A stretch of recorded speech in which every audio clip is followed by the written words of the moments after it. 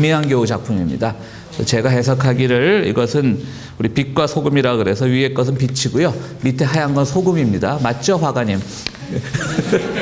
소금입니다. 이거는 그렇게 올해 새 주보도 많이 바뀌었는데요. 빛과 소금이 되라는 의미로 우리 김미향 교우님 작품 우리가 또 1년 내내 감상할 수 있게 되었습니다. 감사를 드리고 전체적인 윤곽을 짜주신 우리 장기병 교우님께도 감사를 드립니다. 2013년 주보를 다 모으신 분은 제출하면 제보내 드리겠습니다. 오늘 점심은 저희 가정에서 준비했고요. 설거지는 길동무회가 되겠습니다. 우리 성가대 찬양 함께 나누는 시간 갖도록 하겠습니다.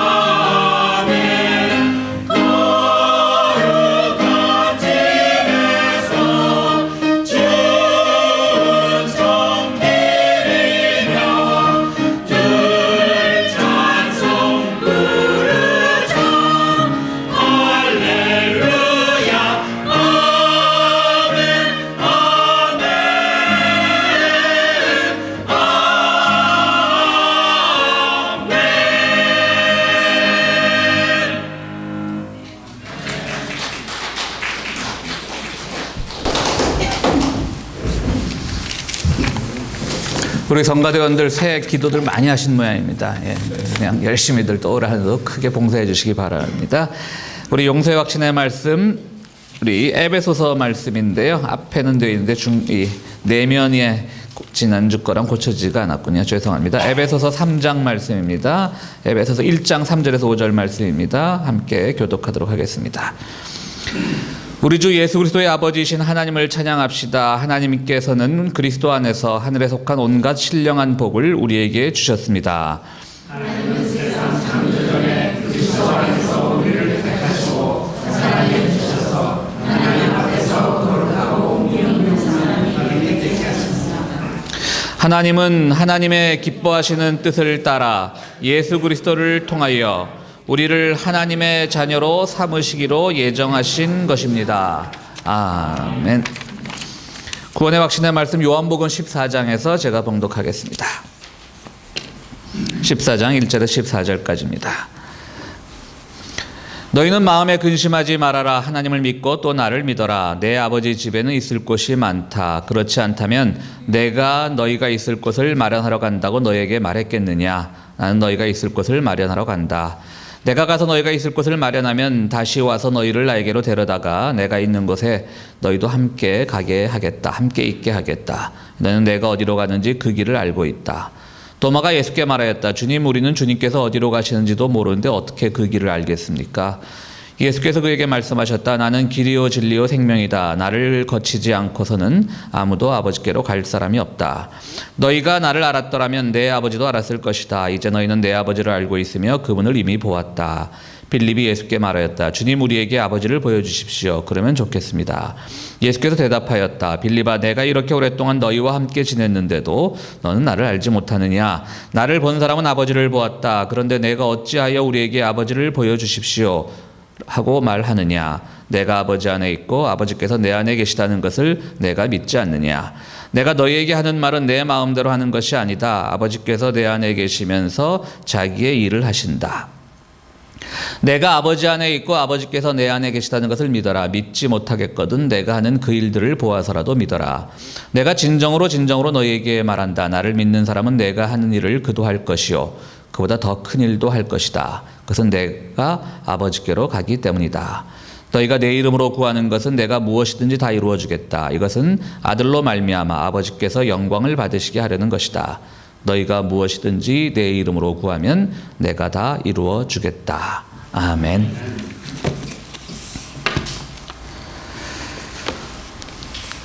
미국과 소련이 지금은 러시아지만요. 옛 소련이 우주 개발을 시작하면서 오히려 소련이 먼저 유인 우주선을 쏘아 올리지 않습니까? 그래서 미국이 자존심을 상한 적이 있습니다. 1961년 4월 12일 소련 공군 중이 유리 가가린이 최초로 대기권 밖에서 우주선을 타고 지구를 감상하면서 찬탄을 했습니다. 가가린의 회고에 따르면 지구는 푸른 빛이었다고 합니다. 가가린은 108분 동안 지구를 한 바퀴 도는 비행에 성공함으로써 첫 유인 우주선 탑승자로 이름을 역사에 남겼습니다. 이때 소련이 먼저 유인 우주선을 쏘아 올린 것을 보고 미국이 많이 반성을 했다라는 것은 잘 알려진 얘기 아닙니까? 그래서 미국이 우리가 교육이 잘못됐나 보다. 왜 우리가 저 공산주의 국가보다 그런 과학기술에서 뒤졌느냐라고 하면서 이 소련의 유인 우주선 발사는 미국의 교육 제도를 바꾸는데도 큰 영향을 미쳤습니다. 어쨌든 그 교육 제도를 바꾼 것이 성공을 했는지는 모르겠습니다만은 아폴로 11호, 즉 단순히 지구의 대기권을 도는 것이 아니라 달에는 먼저 아폴로 11호가 미국의 우주선이 착륙함으로써 미국의 자존심을 세워줬습니다. 세상의 모든 일들은 항상 음모론이 뒤따릅니다. 요즘 와서는 그 유리 가가린이 대기권을 돌았다라고 하는 것은 거짓말이다라고 하는 그런 얘기도 있고요. 심지어는 여러분들 다큐멘터리 이런 것도 있습니다. 아폴로 11호가 달에 착륙한 것도 거짓말이다. 어디 네바다 어디 사막이다. 이런 얘기도 있는데요. 다 믿어줘야죠, 우리가. 어쨌든 우주 개발이 됐기 때문에 과학 발전에 기여가 된 부분도 있고요. 어쨌든 제가 말씀드리는 것은 이것이 진짜다 아니다라고 하는 것을 말씀드리는 것은 아니고요. 이런 얘기가 있습니다. 이건 진짜인지 아닌지 잘 모르겠습니다. 어쨌든 진짜인지 아니면 서방 세계에서 당시 그 철의 장막에 갇혀져 있던 소련을 비웃기 위해서 만들어낸 말인지는 모르겠습니다만은 어쨌든 이런 얘기가 있습니다. 그 유리 가가린, 즉 소련의 첫 유인 우주인 유리 가가린이 지구로 돌아왔을 때 소련 비밀 경찰 그 무시무시했던 KGB 요원이 하나 다가와서 가가린에게 물었습니다. 자네가 우주가 그렇게 푸른 빛이고 아름다웠다라고 찬탄을 했는데 정말 우주에 하나님이 계시던가? 그러니까 이 비밀 경찰이 물어보는데 얼마나 무섭겠어요. 이 무신론을 가진 그 소련의 비밀 경찰이 물어보는데, 근데 가가린은 너무나 그 우주가 아름다웠고 이건 하나님의 창조물이 아니면 이런 아름다움이 없다고 믿었기 때문에 큰 용기를 내서 말을 했습니다. 예, 하나님이 계신 것 같습니다. 비밀 경찰이 귀에다 대고 이렇게 말했습니다. 나도 그럴 줄 알았네. 그 대신 이 말은 누구에도 가서 하지 말게. 나니까 봐주는 거지. 자네가 그런 말 하면 자네 어쩌면 이 시베리아의 강제 수용소에 끌려갈지도 모르네. 가가린은 두려움에 떨었습니다. 그 다음 주일이 되었습니다. 소련에는 그 러시아 정교회, 동방 정교회 일파인 러시아 정교회가 큰 교회죠. 러시아 정교회에서 유리 가가린 무사 지구 귀환 환영 예배를 드려줬습니다. 환영 예배를 거창하게 드렸습니다. 예배를 주관하던 러시아 정교회 대주교가 와서 귀에다 대고 물었습니다. 하나님이 정말로 우주에 계시던가? 가가린은 겁이 났습니다. 비밀 경찰이 아무에게도 말하지 말라 그랬잖아요. 그래서 하나님은 안 계십니다. 그랬더니 러시아 대주교가 이렇게 얘기합니다. 나도 그럴 줄 알았네. 여러분 올 한 해 어떻게 사시겠습니까? 새해가 밝았습니다. 참 산다는 것 여러 가지 의미가 있겠습니다만은 새해가 밝으면 우리 많은 다짐들을 합니다. 뭐 제일 큰 다짐이 살을 빼는 것 아니겠습니까? 또 뭐 올해는 좀 책을 더 봐야 되겠다는 사람들도 있을 것이고 돈도 좀 더 벌어야 되겠다는 사람들도 있을 것이고 뭐 목사가 물어보면 늘 교회 생활도 열심히 하겠습니다라고 하는 러시아 대주교 같은 정말 진실인지 아닌지 그렇게 대답하는 사람들도 있습니다. 정말 중요한 다짐은 올해는 우리가 어떤 인생길을 걸어가야 될까? 그것에 대한 기도, 그것에 대한 다짐이 있어야 된다고 생각을 합니다. 우리가 인생을 길에 비교를 하는데요. 어떤 길을 걸어가는 것인가, 어떤 인생을 살아가는 것인가가 매우 중요합니다. 그 길 위에 살을 빼고 책을 더 보고 돈을 더 벌고 뭐 가정의 화평을 유지하고 뭐 이런 것들이 포함되겠죠. 근데 정말 우리 기독교인에게 중요한 길은 내 삶과 신앙이 일치하는 길입니다. 신앙 따로 삶 따로 늘 그것 때문에 우리 기독교인들이 사회적으로 우리는 이렇게 주일마다 열심히 해서 예배를 드림에도 불구하고 오늘 우리의 교회가, 오늘의 기독교가 그 인기가, 그 명예가 땅에 떨어져 있는 것은 많은 기독교인들의 신앙과 삶이 일치하지 않기 때문입니다. 우스갯소리처럼 소련 비밀경찰의 길도 옳은 길은 아닐 것입니다. 자기가 정말 하나님이 있다라고 믿었다면 그는 비밀경찰직을 그만두고 정의로운 길을 가야 될 것입니다. 신앙의 길을 가야 될 것입니다. 그러나 오늘 많은 사람들이 자기 삶의 현장에서 자기가 할 수 없이 생업을 위해 해야 되는 일들과 그리고 또 신앙 사이에 갈등을 하는 모습을 보게 됩니다. 기독교인이란 타이틀을 걸고 때로는 고문을 하는 경찰들도 있고 그것을 하나님의 뜻으로 정당화시키는 사람들도 있습니다.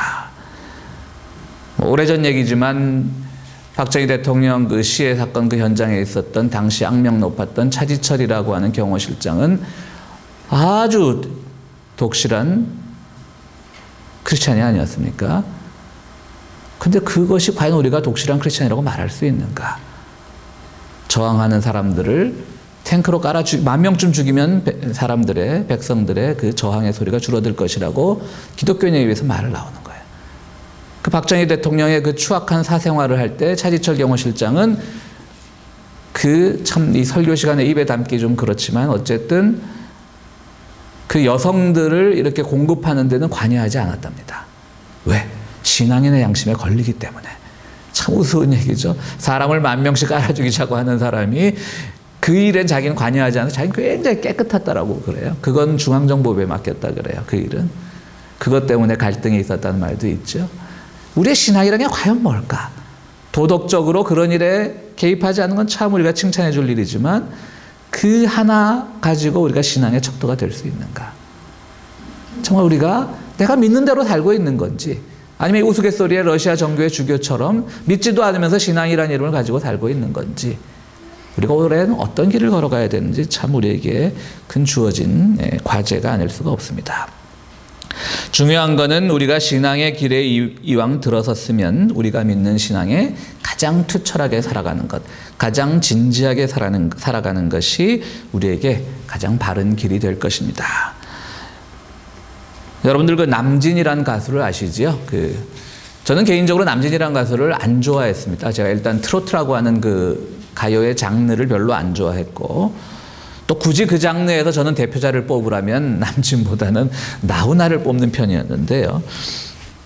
얼마 전 한국 TV에서 아주 오랜만에 가수 남진을 봤는데요. 참 잘 늙어가고 있다는 생각이 들었습니다.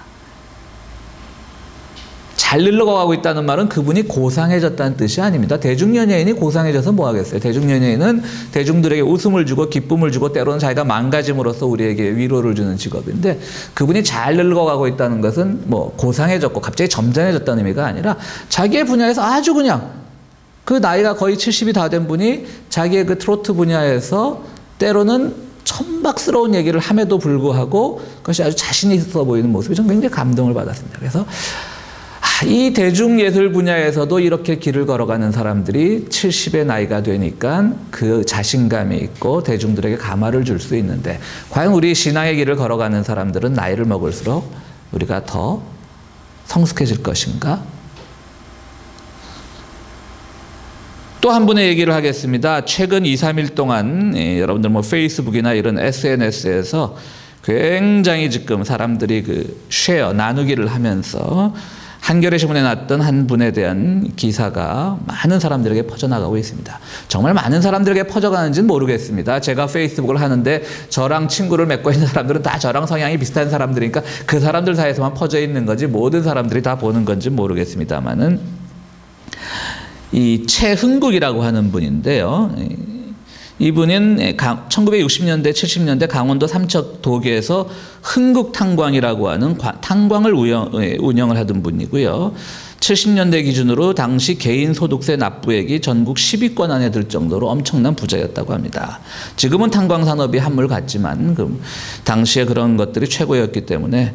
근데 이분은 그냥 부자가 아니라 그냥 모든 사람들에게 다 자기의 것을 나눠주는 그런 부자였다고 합니다. 그래 특히 유신 시절에 쫓기고 핍박받던 민주화 인사들을 도와주거나 또 시인들, 가난한 시인들을 도와주거나 대표적인 진보적인 문학 잡지인 창작과 비평에 매달 그것이 잡지 한 달, 잡지를, 그 개간지였죠. 매 계절마다 잡지를 내기 힘들 때마다 그 출판비를 도와줬다고 합니다. 지금은 그분은 가진 것 하나 없고 그냥 시골의 중고등학교 하나 가지고 거기 이사장으로 있다고 합니다.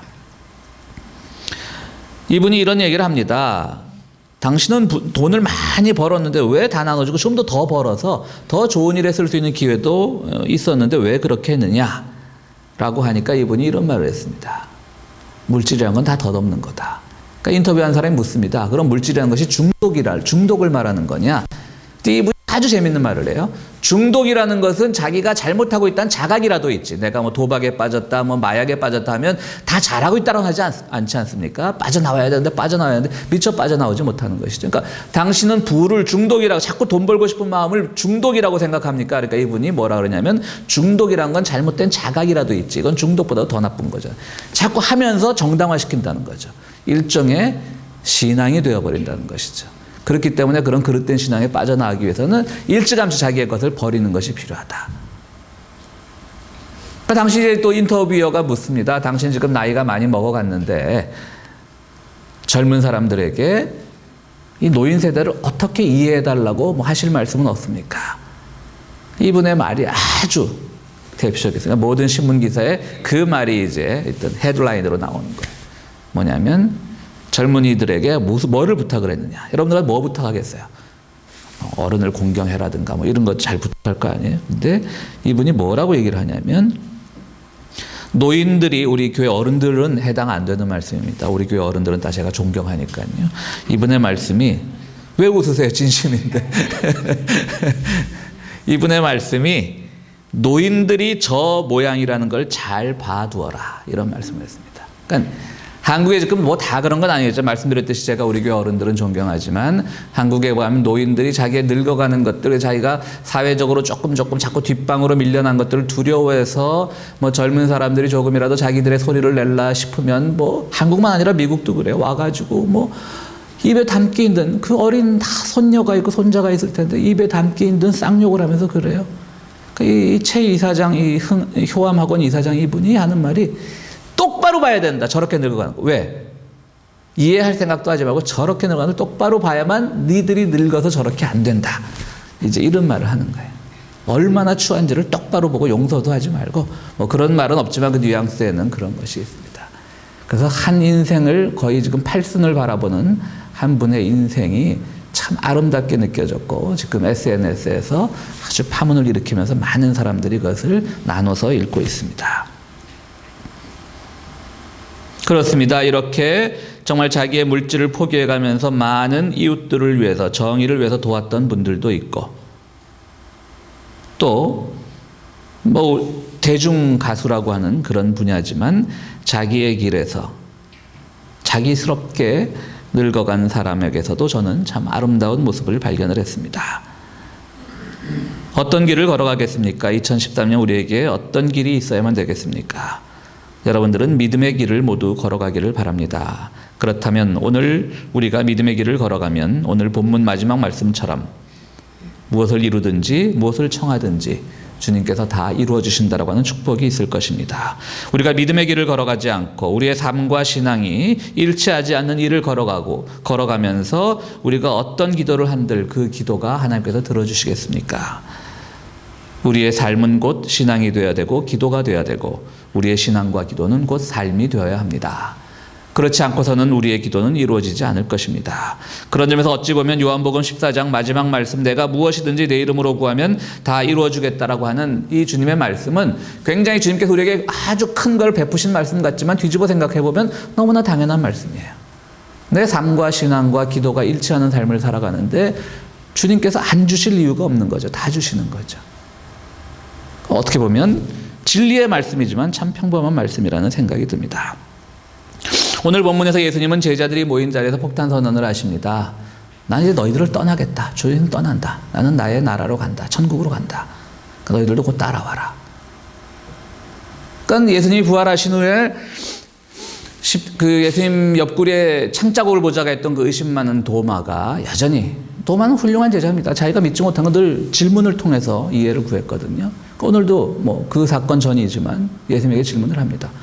우리가 주님 가시는 길을 어떻게 알아요? 마치 도망가시듯이 지금 우리는 이 땅에 남겨놓고 내가 먼저 가서 너희의 길을 예비할 테니까 따라와라. 우리가 주님이 지금 어디로 가시는지도 말씀을 안 해주셨는데 그 길을 어찌 알고 따라가겠습니까? 라고 얘기합니다. 그때 주님께서 말씀하십니다. 내가 곧 길이요 진리요 생명이다. 그러니까 나로 말미암지 않고는 하나님 나라에 갈 자가 없다. 도마에 대한 대답이죠. 도마의 질문에 대한 대답. 그러니까 예수님이 걸어간 그 길 자체가 길이라고 하는 것이죠. 다른 길, 뭐 무슨 프리웨이 몇 번을 타야지 어떤 목적지에 가고 이런 의미의 길이 아니라 예수님께서 걸어가신 그 길의 삶을 따라 살아야만 그것이 곧 길이고 그것이 구원에 이른다라고 하는 것이죠. 바로 나로 말미암지 않고는 하나님께로 갈 자가 없다라고 하는 이 말씀이 때로는 그렇기 때문에 기독교가 배타적이다. 오직 예수만을 믿어야지만 구원을 받는다. 뭐 이런 의미로 때로는 교회 밖에서 기독교의 배타성을 지적하는 그 구절이기도 하지만요. 우리가 여기서 새겨야 될 것은요. 늘 우리는 그 주님께서 가르치는 그 말씀, 그 말씀의 진의가 무엇인지를 함께 생각을 해야 되는 겁니다. 물론 교리적으로는 당연합니다. 주님을 통하지 않고는 구원받지 못합니다. 이건 교리적으로 당연합니다. 여러분 우리가 교리를 너무 무시해서는 안 돼요. 우리 특히 우리 개신교인들 중에 소위 말하는 진보적인 개신교인들의 가장 큰 약점이 뭐냐면 교리를 너무 등한히 하는 데 있어요.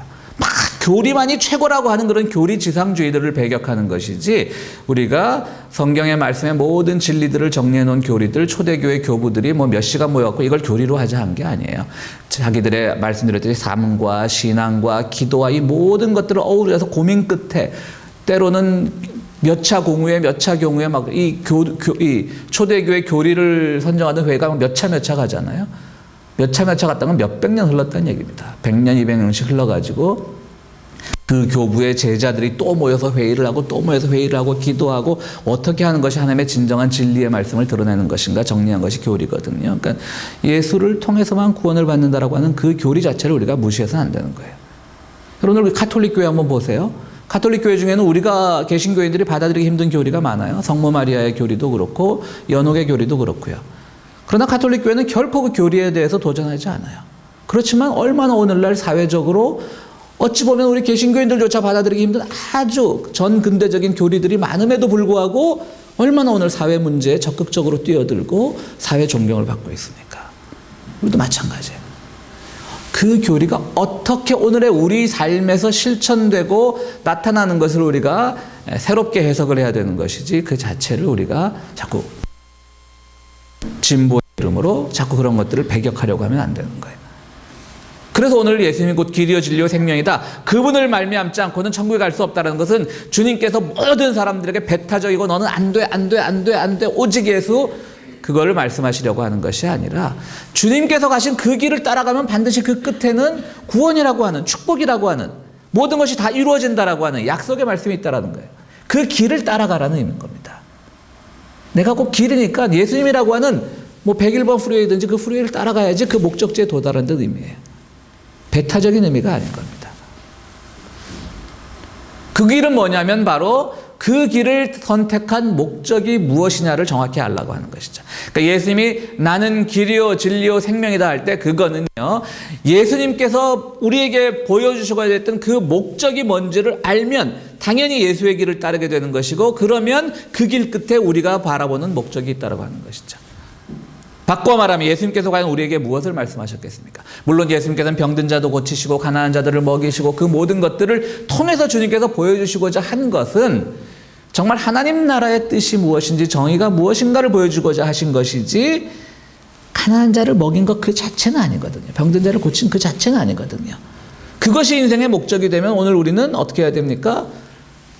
정말 병원에 찾아가든지 아니면 가난한 자들을 위해서 우리가 더 돕든지 그걸 해야 되는 것이죠. 그 자체는 목적이 아닌 거죠. 그 길을, 가난한 자들을 돕고 병든 자를 고치고 하는 그 길을 따라가다 보면 그곳에서 정말 주님께서 하시고 싶은 말씀, 정말 주님께서 만들고 싶어하는 세상이 그 끝에 있으니까 주님께서 가신 그 길을 따라가라고 하는 겁니다. 그러니까 우리가 오늘 올 한 해 2013년 내가 어떤 신앙의 길을 걸어갈까 할 때 첫 번째 오늘 말씀에서 주님께서 주신 우리에게 준 숙제는, 과제는 내가 예수 믿는 이유가 무엇인가를 더 정확하게 생각을 하자는 것이죠. 내가 예수를 왜 믿고 있는가 지금. 그러다 보면 예수님의 길을 따라가는 것이 기쁜 거예요. 내가 지금 예수를 왜 믿고 있는가. 그 예수를 믿음으로써 내가 얻고자 하는 것이 과연 무엇인가.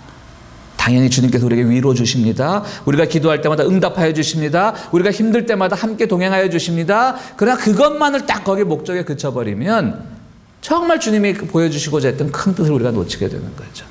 그러니까 그걸 놓치지 말고 가다 보면 아, 주님께서 말씀하신 것이 바로 이거였구나. 뭐 그냥 오직 배타적으로 오직 나만 믿어야 구원을 받고 이런 배타성을 말씀하신 것이 아니라 주님의 목적에 일치하는 삶을 살라고 하시는 것이구나. 그걸 우리가 알게 되는 거죠. 그럼 그 길 따라가는 거예요. 다른 길 따라가시면 돼요. 다른 목적이 있으면. 그건 뭐 주님도 안 말리실 거예요. 길 따라가면 되는 겁니다. 그러니까 오직 나는 길이요 할 때 그 의미는 목적이 분명한 삶을 살아라. 목적이 분명한 신앙생활을 하라는 것이죠. 두 번째로는 주님께서는 제자들에게 많은 길을 가르쳐 주셨어요. 그럼 이제 제자들은 이 땅에 남는 거예요. 이제 주님께서는 이제 부활하고 승천하셨으니까 이 땅에 그들의 자연적인 수명이 다한 동안 남아서 무엇을 할 것인가. 그들은 예수님의 길을 따랐기 때문에 그들의 모습에서 상대방을 위해 서로 길이 되어주는 겁니다.